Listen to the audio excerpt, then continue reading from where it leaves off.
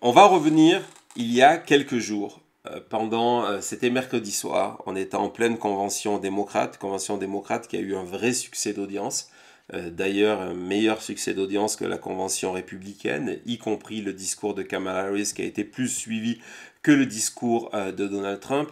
Mais je ne vais pas vous parler de Kamala Harris, justement, je vais vous parler la veille, mercredi, du discours de Tim Walz, candidat gouverneur du Minnesota, ancien coach, ancien professeur, ancien soldat membre de la garde nationale du Minnesota, donc qui a accepté l'investiture et dont le discours a généré un moment qui est devenu complètement viral, qui a été numéro 1 pendant 24 heures sur les réseaux sociaux aux États-Unis, qui a été repris dès le lendemain par tous les médias, y compris Fox News, par tous les médias, tellement que ce moment spontané dans un événement qui ne l'était pas, hein, qui était tout spontané. Les interventions étaient prévues dans la mesure du possible à la minute près, donc tout était prêt. On sait que les phrases de chaque candidat, surtout le discours de Kamala Harris et le discours de Tim Walz, même si sur le fond il y a une sincérité, on sait que tout est vérifié pour être certain d'utiliser les bons termes, le bon moment, le bon timing, etc. etc. Et puis, il y a ce moment où Tim Walz se tourne vers sa famille, remercie sa famille, s'adresse à sa fille Hope. Il a très longtemps, sa famille, lui et Gwen, souffrait d'infertilité, donc il y a eu plusieurs traitements pour amener la naissance de Hope. Donc il rend hommage à Hope, à sa femme et à son fils Gus, qui sont tous les trois présents, en expliquant que ce sont les personnes les plus importantes de sa vie, qu'ils sont son roc, son rocher sur lequel sa vie s'accroche. Et il y a ce moment, on regarde tout de suite Tim Walz, c'était mercredi dernier. It took Gwen and I years, but we had access to fertility treatments. And when our daughter was born, we named her Hope. Hope, Gus, and Gwen, you are my entire world, and I love you.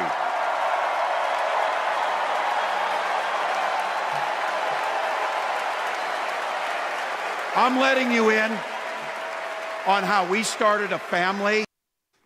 Donc ce moment, c'est son fils adolescent qui est submergé d'émotions, qui n'arrive plus à contrôler cette émotion. On le voit pleurer, on le voit pointer en direction de son père, mettre la main sur le cœur et de se retourner vers la salle, vers sa sœur, en disant It's my dad, c'est mon père, c'est mon père, c'est mon père. Vraiment un moment qui a touché tout le monde, d'autant plus que Gus Walz a des problèmes de communication. C'est quelqu'un qui lutte contre différents symptômes j'ai perdu le mot en français, mais en tout cas, qui a des problèmes pour exprimer verbalement il est neurodivergent, voilà, il est neurodivergent, donc pour exprimer ses émotions. Et donc, ce moment fait exploser les réseaux sociaux. Et évidemment, ce moment rend fou la droite républicaine et pro-Trump. Parce que, au-delà de la sincérité de ce moment-là, cela place encore une fois la campagne de Tim Walz, donc de Kamala Harris, sous un jour favorable, d'une vraie sincérité, d'une vraie proximité entre l'électeur et ce candidat-là. Ce sont des valeurs familiales dans lesquelles n'importe qui peut se retrouver, que l'on soit démocrate, que l'on soit républicain ou que l'on soit indépendant. Et ça, c'est insupportable. Et donc, insupportable pour les pro-MAGA et pour l'entourage de Donald Trump, pour les soutiens de Donald Trump. Et donc, la meilleure manière de répondre à ça, dis-moi la meilleure manière, lorsque vous êtes dans le camp MAGA, et c'est ce que vous pratiquez depuis des années, c'est de s'attaquer, oui, s'attaquer à Gus Wallace en se moquant de lui avec cruauté pour ce moment-là. On va vous montrer certains des tweets qui ont été publiés sur les réseaux sociaux par des comptes plus ou moins importants et plus ou moins connus. On va aller jusqu'à celui de Ann Coulter, par exemple, donc de supporters de Donald Trump en train de se moquer de l'émotion de Gus Wallace en disant voilà, Baron Trump a été élevé par Donald, Gus Wallace a été élevé par Tim Walz. Aucune question. Est-ce que vous avez des questions? Ce qui veut dire d'un côté, vous avez un modèle de réussite, un héritier, entre parenthèses, un modèle de réussite selon MAGA, et de l'autre, vous avez un gamin qui pleure, qui exprime des émotions. On remarquera que, mais pas que, ce sont principalement des comptes masculins qui vont attaquer pendant 24 heures Gus Wallace sur ses émotions.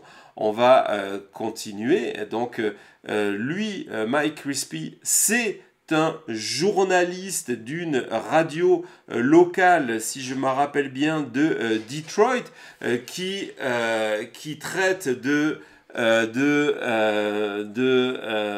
en expliquant que c'était un moment complètement stupide, que ça veut dire que vous avez élevé votre enfant pour être mou, pour être cette espèce de fillette, excusez-moi du terme, mais de fillette qui ne fait que de pleurer. Elle dit, est-ce que Baron Trump pleure? Non. Est-ce qu'il aime son père? Oui. Et c'est le genre de valeur que nous voulons pour mener le pays. Donc on n'est pas faible, on ne pleure pas, on ne montre pas d'émotion. Nous sommes de vrais hommes. C'est un animateur radio, Mike Crispi. On passe au tweet suivant. Évidemment, celui qui a tout lancé, Ann Coulter. Ann Coulter qui est un petit peu moins maintenant, mais qui a été une vedette depuis 20 ans de la droite républicaine, qui a apporté son soutien à Trump en 2016, en 2020. Elle n'est pas vraiment satisfaite de Trump en 2024, on verra. Elle a écrit des dizaines de livres, c'est vraiment une star au niveau de la droite républicaine, et donc elle a publié ce tweet qu'elle a effacé 2 ou 3 heures après parce que soi-disant elle ne savait pas que Tim Walz avait des problèmes de développement, mais en expliquant, en disant, en parlant de weird, en parlant d'étrange, d'avoir un gamin qui pleure parce que il est fier de son père, c'est complètement étrange. Donc, encore une fois, cet angle de la cruauté. On va continuer dans la prochaine illustration. Je suis désolé de vous montrer tout ça, mais il faut voir tout ça. Il faut savoir les personnes qui sont dans ce camp-là et qui n'ont aucune valeur humaine, aucune émotion. Et donc, un message, encore une fois, d'un influenceur MAGA qui explique « Priez chaque jour que vos garçons grandissent en étant comme Baron Trump et pas contre Gus Wallace. » Encore une fois, cette espèce, soi-disant, et Baron Trump a sûrement rien demandé, soit dit en passant, de contraste entre quelqu'un qui réussit, quelqu'un qui n'exprime pas d'émotion, on le voit très très peu en tous les cas, et un autre qui est un garçon en train de pleurer, submergé par l'émotion de voir son père obtenir la plus haute distinction de sa carrière, candidat à la vice-présidente, et de voir son père lui rendre hommage, se tourner vers lui et lui exprimer publiquement son amour. Donc voilà, je ne sais pas si on en a d'autres, je pense que... non, on en a encore. Et donc, encore un influenceur MAGA qui explique que ce moment, il est gênant à la fois pour le fils et pour le père, en disant que si la famille Walls représente l'Amérique d'aujourd'hui, bah, le pays est complètement foutu. Et le dernier, c'est aussi d'un compte extrêmement important, avec une réponse en dessus de Mark Cuban. C'est pas Mark Cuban qui s'est attaqué, hein, au contraire. Le tweet est de Dinesh D'Souza. Dinesh D'Souza, c'est le réalisateur de tous ces documentaires sur la fraude électorale, comme celui sur les mules, par exemple, qui, une fois qu'il est attaqué devant les tribunaux, est obligé de reconnaître que tout est faux dans ces documentaires qui sont mis en avant par la Chambre d'écho républicaine, mise en avant par Donald Trump. Dinesh D'Souza, qui a été condamné à de la prison pour de la fraude fiscale et qui est aujourd'hui encore évidemment dans l'entourage, dans cette sphère pro-Trump. Et donc il dit ok, le gamin peut avoir des problèmes mentaux, mais il explique que en gros tout ça c'est du bidon, c'est du acting. Et donc au-dessus il y a une réponse de Mark Cuban, le propriétaire des Dallas Mavericks, qui soutient la campagne de Kamala Harris, qui lui dit mais en fait dans la réalité c'est que tu n'as jamais ressenti ce genre de choses où tu es tellement fier de quelqu'un que tu aimes. Donc voilà, ça a été la réponse complètement folle. Sincèrement, je m'y attendais pas vraiment. Je me suis dit, quand j'ai vu cet ouragan de tweets en faveur de ce moment de Gus Walls, lorsque j'ai vu les réactions, on en a parlé dans un Maintenant Matin, comment c'était un des moments qui font, ou défont, mais là pour le coup qui font une élection, parce que c'est le moment où l'Amérique connecte avec un candidat et vient le soutenir, quelle que soit sa couleur politique. Et donc je pensais ici forcément à ces indécis. Je ne pensais pas que le Parti républicain, que les influenceurs MAGA aillent dans cette direction-là, en me disant ils n'ont rien à gagner à le faire. C'est mieux pour eux d'attendre que la vague passe et de passer à quelque chose d'autre. On savait que le soir, dans quelques heures, là, le discours de Kamala Harris allait arriver et que donc le focus sur la réaction de Gus Walls disparaîtrait naturellement. Mais apparemment, ce sont des leçons de stratégie politique qui ne sont pas passées jusque dans le camp MAGA, heureusement. Je vais vous montrer la réaction justement d'un média à ce sujet-là, de ces attaques. Donc nous sommes le lendemain, lorsque le post d'Ann Coulter et d'autres arrivent sur les réseaux sociaux. Tim Walz, the vice presidential nominee. Yeah. And you could see the emotion she has of the attacks that are going on against her teen son who's got special needs. There are many Republicans, many Trump Republicans out on social media taking horrible attacks on a kid who had a beautiful moment of authentic pride and love for his father yesterday and got emotional. That cannot be the Republican Party. And the Republican Party cannot call itself the party of family values and the party of Christian values if they think it's okay to such viciously attack a 17-year-old kid with special needs. That is cruel, it is inhumane, it is disgusting, it is un-American, and it is unacceptable. And that is what this is about today, the contrast between hope and joy and empathy and compassion and that level of cruelty going on that side. All right, we have... Donc Ana Navarro qui met l'accent sur ce contraste entre d'un côté cette campagne de la joie et de l'autre la cruauté.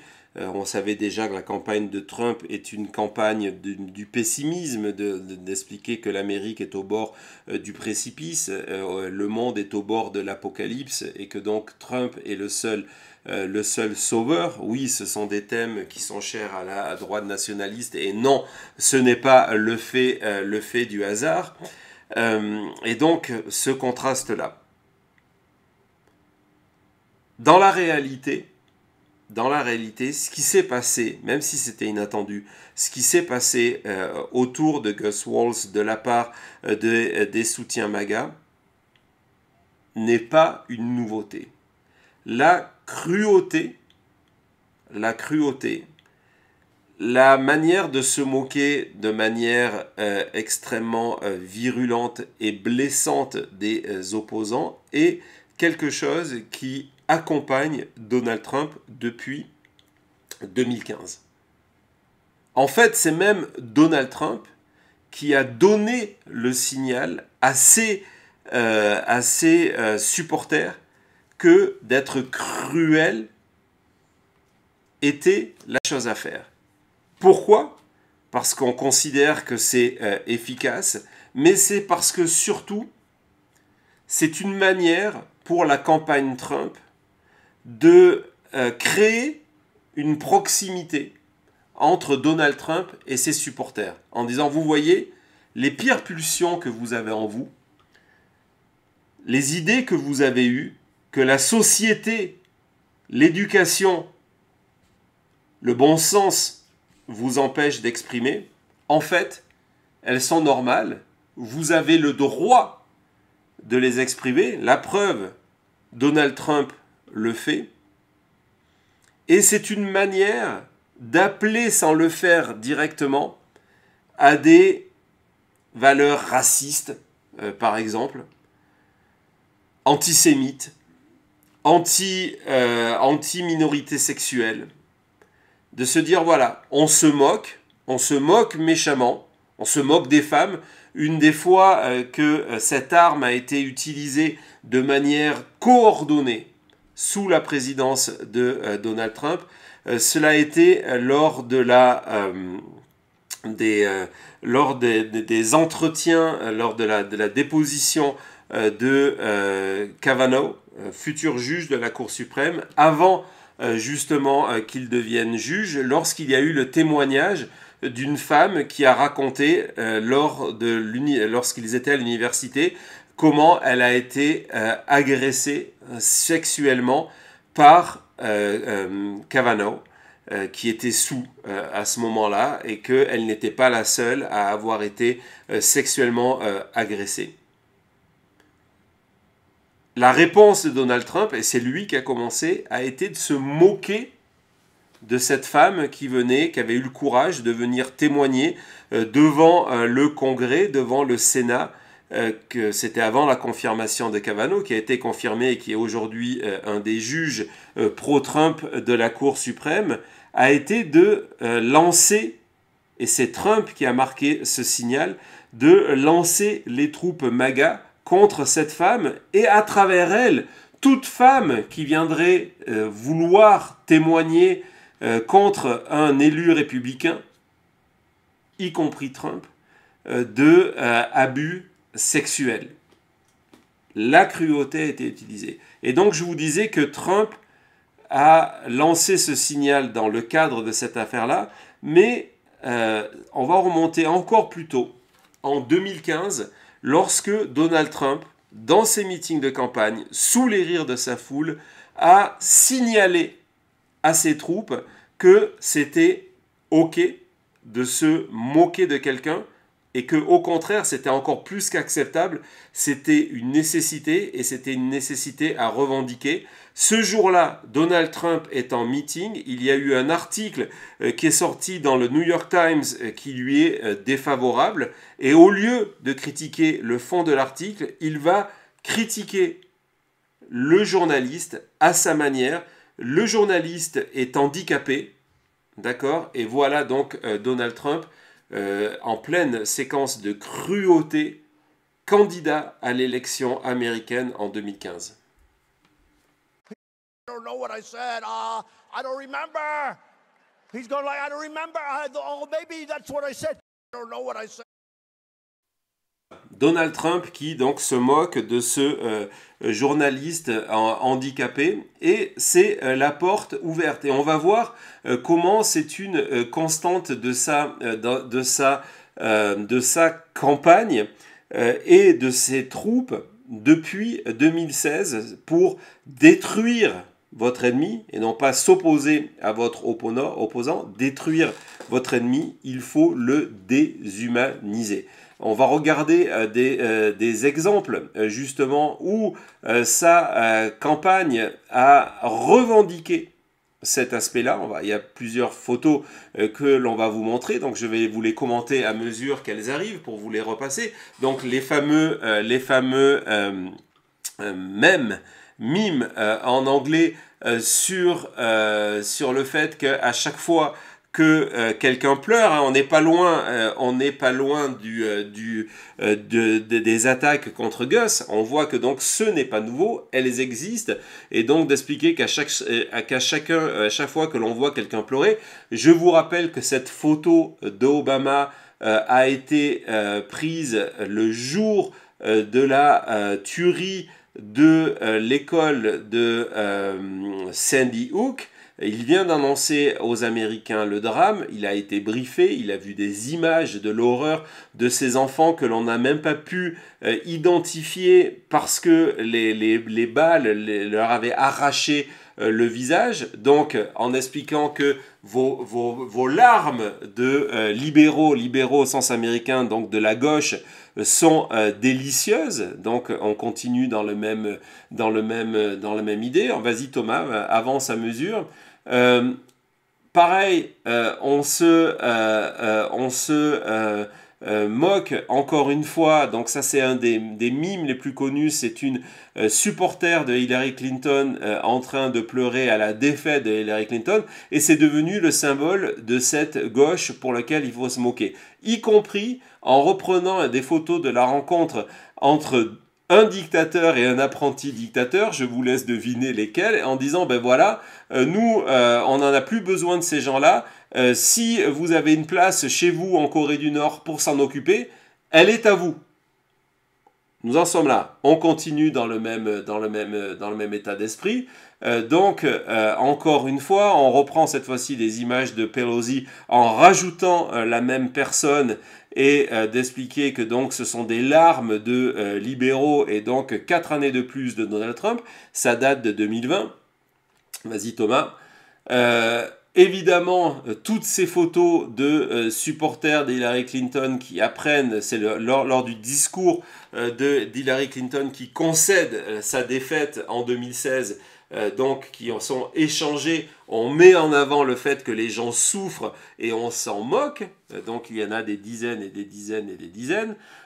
Et puis voilà un des slogans qui a existé en 2016. C'est pas un slogan officiel, d'accord ? Évidemment, c'est pas un slogan officiel, mais qui était extrêmement populaire en 2016, puis en 2020, jusqu'à ce que ça soit eux qui perdent, et on comprend aussi pourquoi ils refusent d'admettre une défaite, celle de 2020, parce que d'un côté, depuis 4 ans, les supporters de Trump nous disent écoutez, vous êtes une bande de pleureuses, et c'est tellement délicieux de vous voir pleurer, et en plus de ça, vos sentiments, on s'assoit dessus, version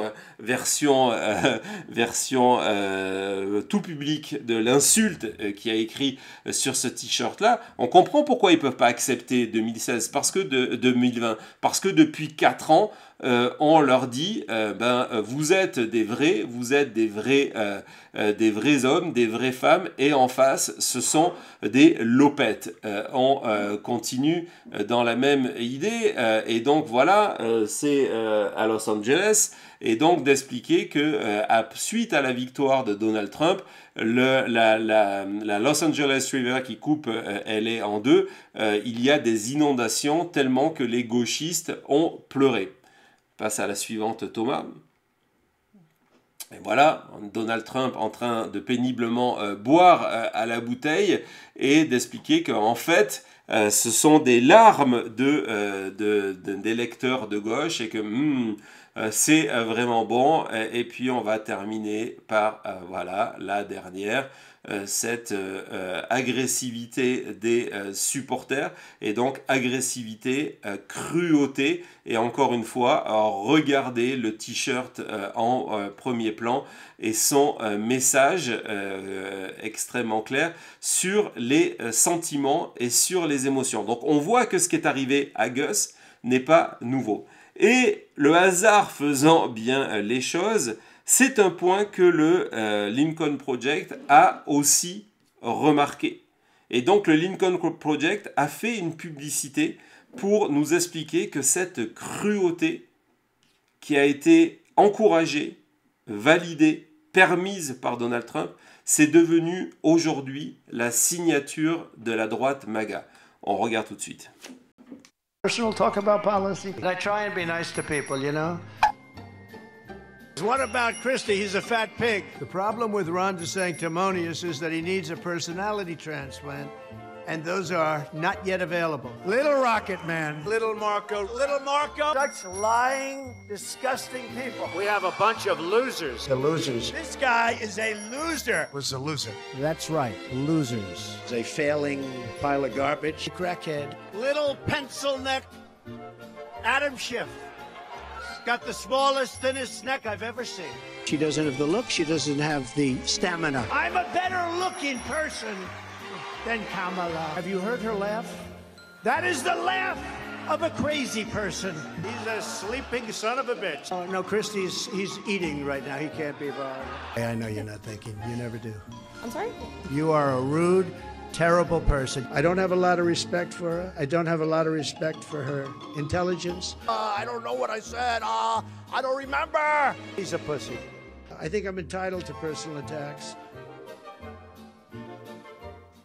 Voilà, je crois que j'ai le droit d'attaquer personnellement. Et vous savez comment on boucle la boucle? En vous disant que ce que vous venez de voir de ces illustrations de la cruauté, de ces attaques personnelles, c'est quelque part l'espoir de la campagne de Kamala Harris lors du débat du 10 septembre prochain. Et c'est pour ça, pour ces moments-là, que la campagne Kamala Harris souhaite que les vidéos, que les micros soient ouverts et que Donald Trump parle sans filtre. Parce que lorsque Donald Trump parle sans filtre, les témoignages sont nombreux. Donald Trump ressemble à ce montage que vous venez de voir. Voilà. C'était à 70, on aurait pu parler de beaucoup d'autres choses. J'avais prévu, comme je vous l'avais dit, des sondages, des statistiques, mais on a peu de temps. C'est un gros dossier, on a énormément, on a déjà passé pas mal de temps ensemble. Et on fera de toute façon une émission sur le sujet des chiffres et du baromètre samedi prochain. Cette fois-ci, c'est promis, sauf si vendredi il y a une catastrophe majeure au sein de cette campagne. Samedi prochain, émission spéciale, carte électorale avec tous les chiffres. J'ai pu me procurer des enquêtes, des sondages internes aux campagnes qui n'ont pas été encore publiés. J'ai pu avoir des données d'inscription de vote, des données démographiques, des déménagements, etc., etc. Ça va être une émission immense. C'est samedi prochain à 20h. On va voir les derniers chiffres, la carte, et à la fin, vous aurez donc ce baromètre de la chute qui est notre pronostic pour l'élection du 5 novembre. Donc ne ratez pas l'émission de samedi, et la meilleure manière de ne pas rater ce rendez-vous, c'est effectivement, comme Thomas vous l'a signalé, de vous abonner et de cliquer sur la notification, d'autant plus que l'on a une semaine chargée.